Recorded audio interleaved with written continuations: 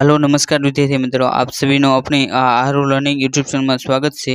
आज आ वीडियो ने આપણે જે હાઈકોર્ટ દ્વારા જે બેલીફની ભરતી 210 જગ્યા માટે જે બહાર પાડવામાં આવી છે, તો તેની અંદર જે પણ વિદ્યાર્થીઓએ એ ફોર્મ ભર્યું છે તો તેમની માટે એ આ વિડીયો રહ્યો તો તે ખૂબ જ ઉપયોગી બનશે, કેમ કે આજના વિડીયોની અંદર આપણે જે હાઈકોર્ટ દ્વારા જે બેલીફનું જે 19/11/2017 રોજ જે પેપર લેવાનું હતું તો કે તે પેપરનું આપણે આજના વિડીયોની અંદર સોલ્યુશન કરીશું, જે તમને આવનારી પરીક્ષા છે તો તેની માટે એ ખૂબ જ ઉપયોગી બનશે। કેમ કે તમે હાઈકોર્ટ પટાવાળા અથવા તો બેલીફના જે જૂના પેપર હોય તો જે પણ વિદ્યાર્થીઓ તેની પરીક્ષા આપી હોય તો તેમને ખબર હોય કે જે ભૂતકાળની અંદર જે પરીક્ષા લેવાની તો તેના આધારે જ તેની અંદરથી એ પ્રશ્ન હોય તો તે એ ભવિષ્યની અંદર જે પેપર હોય તો તેની અંદર પૂછવામાં આવશે। માટે તમને આ જે ભૂતકાળનું પેપર છે તો તે ખૂબ જ ઉપયોગી બનશે, માટે તમે આ વિડીયોને છેલ્લે સુધી જોવાનો આગ્રહ રાખજો।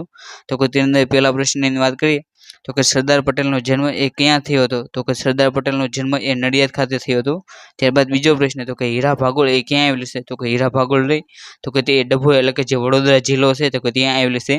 ત્યારબાદ ત્રીજો પ્રશ્ન તો કે સીપુ ડેમ એ ક્યાં આવેલો છે, તો કે સીપુ ડેમ રહ્યો તો કે તે ધાનેરા એટલે કે બનાસકાંઠા જિલ્લાની અંદર આવેલો છે। ત્યારબાદ ચોથો પ્રશ્ન તો કે કમ્પ્યુટર રિફ્રેશ કરવાની શોર્ટકટ કી કઈ છે, તો કે જો તમે કમ્પ્યુટર વાપર્યું હોય તો કે તેની અંદર જો તમારે કમ્પ્યુટરને રિફ્રેશ કરવું હોય તો કે તેની માટેની શોર્ટકટ કી એ F5 કી છે।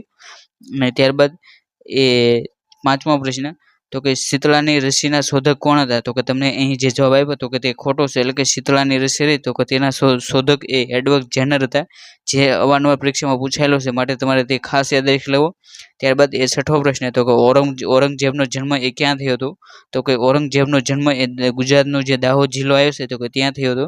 ત્યારબાદ એ સાતમો પ્રશ્ન તો કે ભારતનું વિસ્તારની દ્રષ્ટિએ એ સૌથી નાનું રાજ્ય કયું છે, અને એટલે કે તમને અહીં જો વિસ્તારની દ્રષ્ટિએ પૂછ્યું છે માટે વિસ્તારની દ્રષ્ટિએ એ સૌથી નાનું રાજ્ય એ ગોવા છે, પરંતુ જો તમને એ વસ્તીની દ્રષ્ટિએ પૂછે સૌથી નાનું રાજ્ય તો કે તેનો જવાબ એ સિક્કિમ બને છે। ત્યારબાદ એ આઠમો પ્રશ્ન તો કે એમ કે ગાંધીનો જન્મ એ કઈ સાલમાં થયો હતો, એટલે કે એમ કે ગાંધી એટલે કે મોહનદાસ કરમચંદ ગાંધીનો જન્મ એ કઈ સાલમાં થયો હતો, તો કે જે મોહનદાસ કરમચંદ ગાંધી રહ્યા તો કે તેમનો જન્મ એ 2 ઓક્ટોબર 1869 ની અંદર થયો હતો। ત્યારબાદ એ નવમો પ્રશ્ન તો કે રાજ્યના બંધારણીય વડા એ કોણ હોય છે, તો કે જે રાજ્ય હોય તો કે તેના બંધારણીય વડા હોય તો કે તે એ રાજ્યના રાજ્યપાલ હોય છે। ત્યારબાદ એ 10મો પ્રશ્ન તો કે ₹1ની નોટ પર એ કોની સહી હોય છે, તો કે જે આરબીઆઈ જે એ ભારત દેશની અંદર જે ₹1ની નોટ હોય તો કે તેની અંદર જે કેન્દ્રીય નાણાં સચિવ હોય તો કે તેમની સહી હોય છે, જ્યારે બીજી બધી જે નોટ હોય તો કે તેની ઉપર જે આરબીઆઈના જે ગવર્નર હોય તો કે તેમની સહી હોય છે। અને ત્યારબાદ એ 11મો પ્રશ્ન તો કે કચ્છમાં જોવા મળતા વિશિષ્ટ પ્રકારના ઝૂંપડા આકારના જે ઘર છે તો કે તેમને એ શું કહેવામાં આવશે, તો કે કચ્છની અંદર જે વિશિષ્ટ પ્રકારના ઝૂંપડા જોવા મળે છે તો કે તેમને એ ભૂંગા કહેવામાં આવશે। અને જે આ ભૂંગા હોય તો કે તેની શેનો સમૂહ હોય તો કે તેને એ વાઢ તરીકે ઓળખવામાં આવશે। અને ત્યારબાદ એ 12મો પ્રશ્ન તો કે ગુજરાતના મહેસૂલ મંત્રી તરીકે એ કોણ છે, તો કે ગુજરાતના મહેસૂલ મંત્રી તરીકે આ પ્રશ્ન રહ્યો તો કે તે 2017નો છે, અને 2017ની અંદર ગુજરાતના મહેસૂલ મંત્રી રહ્યા તો કે તે ભૂપેન્દ્રસિંહ ચુડાસમા હતા। અને ત્યારબાદ એ 13મો પ્રશ્ન તો કે હાલના ભારતના ચીફ જસ્ટિસ કોણ છે, તો કે 2017ની અંદર ભારતના ચીફ જસ્ટિસ રહ્યા તો કે તે દીપક મિશ્રા હતા, જ્યારે હાલ આપણે 2024ની વાત કરીએ તો કે 2024ની અંદર ભારતના જે ચીફ જસ્ટિસ રહ્યા તો કે તે ડીવાય ચંદ્રચૂડ છે। અને ત્યારબાદ આપણે 14મો પ્રશ્ન તો કે ભારતની આર્મીના ચીફ એ કોણ છે, એટલે કે ભારતના જે આર્મી હોય તો કે તેના વડા તરીકે એ કોણ સ્થાન ધરાવે છે, તો કે 2017ની અંદર ભારતનું જે આર્મી છે તો કે તેના વડા તરીકે એ બિપિન રાવત હતા, જ્યારે હાલ આપણે 2024ની વાત કરીએ તો કે 2024ના જે આર્મીના વડા રહ્યા તો કે તે એ મનોજ પાંડે છે। અને ત્યારબાદ એ 15મો પ્રશ્ન તો કે ઉત્તર અને પશ્ચિમ દિશા હોય તો કે તે બંને વચ્ચે એ કઈ દિશા આવે છે, તો કે જે ઉત્તર અને પશ્ચિમ હોય તો કે તે બંને વચ્ચે એ વાયવ્ય દિશા આવે છે, એટલે કે આ રીતે તમારે કેમ કે આની અંદર આપણે યાદ રાખીએ તો કે તેને આ રીતે પછી આ ઉત્તર આ દક્ષિણ આ પૂર્વ અને આ પશ્ચિમ તો કે અહીં તમને ઉત્તર અને પશ્ચિમ પૂછે છે, એટલે કે ઉત્તર અને પશ્ચિમ તો આ વાયુ ઈશાન અગ્નિ નૈઋત્ય અને વાયુ આ રીતે તમે તેનો યાદ રાખી શકો છો। અને ત્યારબાદ એ 16મો પ્રશ્ન તો કે મોરારજી દેસાઈની સમાધિ એ ક્યાં આવેલી છે, તો કે જે મોરારજી દેસાઈની જે સમાધિ રહી તો કે તે અમદાવાદમાં આવી છે, અને જે મોરારજી દેસાઈની સમાધિ છે તો કે તેને એ અભય ઘાટ તરીકે પણ ઓળખવામાં આવે છે। ત્યારબાદ એ 17મો પ્રશ્ન તો કે પોરબંદરની હદ રહી તો કે તે કયા જિલ્લાને સ્પર્શ કરતી નથી, એટલે કે તમને અહીં નથી તે પૂછ્યું છે, તો કે જે 4 ઓપ્શન રહ્યા તો કે તેની અંદર જે જિલ્લાને સ્પર્શ ન કરતી હોય તો કે તે તમારે જણાવવાનું છે, તો કે તેની અંદર 4 ઓપ્શન છે રાજકોટ, ગીર સોમનાથ, દ્વારકા કે જુનાગઢ, તો કે તેની અંદરથી જે ગીર સોમનાથ રહ્યો જિલ્લો તો કે તેને એ પોરબંદર જિલ્લો રહ્યો તો કે તેની હદ રહી તો કે તે સ્પર્શ કરતી નથી। ત્યારબાદ એ 18મો પ્રશ્ન તો કે અરવલ્લી જિલ્લાની હદ રહી તો કે તે કયા જિલ્લાને સ્પર્શ કરતી નથી? તો કે તેના 4 ઓપ્શન છે સાબરકાંઠા, મહીસાગર, દાહોદ કે ખેડા. તો કે તેની અંદર જવાબ રહ્યો તો કે તે દાહોદ જિલ્લો આવશે. અને ત્યારબાદ એ 19મો પ્રશ્ન તો કે હાલના એ ચૂંટણી કમિશનર એ કોણ છે? તો કે 2017ની અંદર જે ચૂંટણી કમિશનર તરીકે એ અચલકુમાર જ્યોતિ હતા.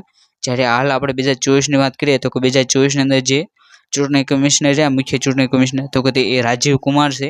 અને હાલમાં જે લોકસભાની ચૂંટણી ચાલુ હોવાથી આ જે મુખ્ય ચૂંટણી કમિશનર છે તો કે તે પ્રશ્ન પણ એક પરીક્ષાની દ્રષ્ટિએ એ ખૂબ જ આઈએમપી બની જાય છે. માટે તમારે જે હાલના 2024ના જે ચૂંટણી કમિશનર છે તો કે તે ખાસ કરીને યાદ રાખી લેવા. અને ત્યારબાદ એ 20મો પ્રશ્ન તો કે ઉબેર કપ રહ્યો તો કે તે કઈ રમત સાથે સંકળાયેલો છે? તો કે જે ઉબેર કપ રહ્યો તો કે તે એ બેડમિન્ટનની રમત રહી તો કે તેની સાથે સંકળાયેલો છે. અને આની અંદર તમે જે ઉબેર અને આ બે રહ્યું તો કે તે રીતે તમે તેને યાદ રાખી શકો છો. ત્યારબાદ એ 21મો પ્રશ્ન તો કે ગુજરાતના લોકાયુક્ત તરીકે એ કોણ છે? તો કે 2017ની અંદર ગુજરાતના લોકાયુક્ત તરીકે ડીપી બુચ હતા. જ્યારે હાલ આપણે 2024ની વાત કરીએ તો કે 2024ની અંદર જે ગુજરાત રહ્યું તો કે તેના લોકાયુક્ત તરીકે એ RS શુક્લા રહ્યા તો કે તે 2024ની અંદર ગુજરાતના લોકાયુક્ત તરીકે એ કાર્યરત છે. અને ત્યારબાદ એ 22મો પ્રશ્ન તો કે નરસિંહ મહેતાનો જન્મ એ ક્યાં થયો હતો? તો કે જે નરસિંહ મહેતા રહ્યા તો કે તેમનો જન્મ એ તળાજા ખાતે થયો હતો. અને ત્યારબાદ એ 23મો પ્રશ્ન કે કાંત રહ્યું તો કે તે એ કયા સાહિત્યકારનું એ ઉપનામ છે? તો કે જે કાંત રહ્યું તો કે તે મણિશંકર રતનજી ભટ્ટ રહ્યા તો કે તે સાહિત્યકારનું ઉપનામ એ કાંત તરીકે ઓળખવામાં આવશે. અને ત્યારબાદ એ 24મો પ્રશ્ન તો કે ગુજરાતનું કયું સ્થળ એ ગુજરાતનું ચેરાપુંજી તરીકે ઓળખાય છે? તો કે જે ગુજરાતનું જે કપરાડા શહેર રહ્યું તો કે તેને એ ગુજરાતના ચેરાપુંજી તરીકે ઓળખવામાં આવશે. કેમ કે જે કપરાડા રહ્યું તો કે ત્યાં ગુજરાતનો સૌથી વધુ વરસાદ રહ્યો તો કે તે એ કપરાડા ખાતે પડે છે. અને જે આ કપરાડા રહ્યું તો કે તે એ વલસાડ જિલ્લાની અંદર આવેલું છે.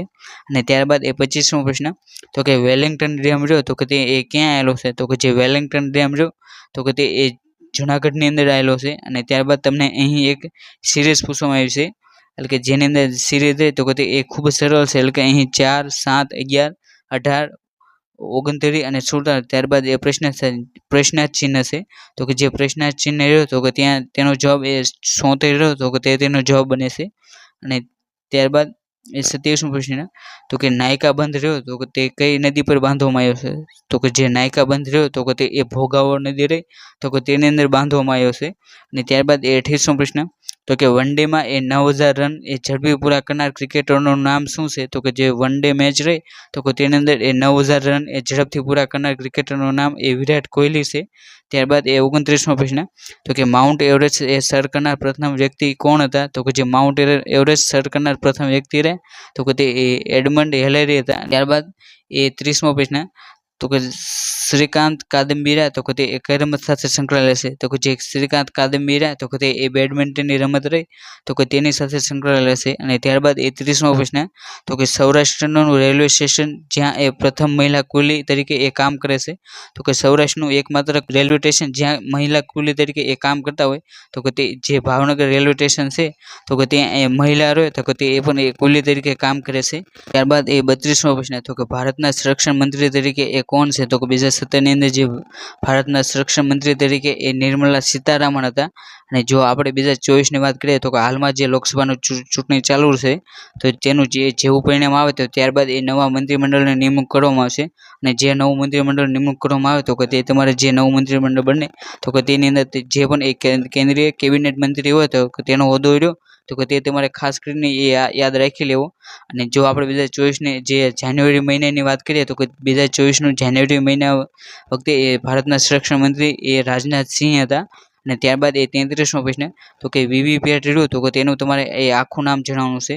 અને જે આ વીવીપેટ રહ્યું તો કે તે જે લોકસભાની ચૂંટણી રહે તો કે તેની અંદર એ વીવીપેટ અને જે ઈવીએમ રહ્યા તો કે તે નામ એ તમારે ખાસ સાંભળ્યા છે. માટે તમને અહીં જે વીવીપેટનું નામ રહ્યું તો કે તે પણ એ પરીક્ષાની દ્રષ્ટિએ એ ખૂબ જ આઈએમપી થઈ જાય છે. અને વીવીપેટનું એ પૂરું નામ એ વોટર વેરીફેબલ પેપર ઓડિટ ટ્રાયલ રહ્યું તો કે તેનું પૂરું નામ થાય છે. અને ત્યારબાદ એ 34મો પ્રશ્ન તો કે અડીકડીની વાવ રહી તો કે તે એ ક્યાં આવેલી છે? તો કે જે અડીકડીની વાવ રહી તો કે તે એ જુનાગઢ ખાતે આવેલી છે. આજના આ વિડીયોની અંદર આપણે જે હાઈકોર્ટ દ્વારા જે બેલીફની 2017ની અંદર જે પેપર લેવાનું હતું તો કે તે જે પેપર એ સ્મૃતિ આધારિત છે તો કે તેનું એ સંપૂર્ણ પેપરનું એ સોલ્યુશન કર્યું. અને જો તમે હાઈકોર્ટ બેલીફની એ તૈયારી કરવા માગતા હોય તો તમે જે આપણી ચેનલ પર હવેથી દરરોજ હાઈકોર્ટ બેલીફના જે ભૂતકાળની અંદર જે પેપર લેવાના તો તેનું એ સોલ્યુશન કરીને મૂકવામાં આવશે અને તેના મોડલ પેપર પણ લેવામાં આવશે. માટે તમને એ PDF રહે તો તેની એ સૌથી પહેલાં મળી રહે તે માટે તમે આપણી જે આ ટેલિગ્રામ ચેનલ આરવ લર્નિંગ છે તો તેને એ જોઈન કરી લેજો, જેની અંદર જે મોડલ પેપર રહ્યા તો તેની લિંક રહી તો તે એ આ ટેલિગ્રામ ચેનલ રહે તો તેની અંદર મૂકવામાં આવશે. અને જો તમે આવા જ એ હાઈકોર્ટ બેલીફના એ પેપરનો વિડીયો જોવા માગતા હોય અને તેને જે મહત્ત્વના પ્રશ્ન રહ્યા જે પરીક્ષાના દિવસે એ ખૂબ જ આઈએમપી છે તો તે જોવા માગતા હોય તો તમે આપણી જે આરવ લર્નિંગ જે યુટ્યુબ ચેનલ છે તો તેને પણ સબસ્ક્રાઈબ કરી શકશો. અને જો તમને આ વિડીયો ગમ્યો હોય તો આ વિડીયોને લાઈક કરો અને જો આ વિડીયોને શેર કરવાનું બાકી તો તમારા જે પણ વિદ્યાર્થી મિત્રો અને ફ્રેન્ડ સર્કલમાં એ બેલીફની એ તૈયારી કરે છે તો તેમની માટે એ આ પેપર રહ્યું તો એ ખૂબ જ ઉપયોગી બનશે. અને thank you for watching this video. જય હિન્દ, જય ભારત.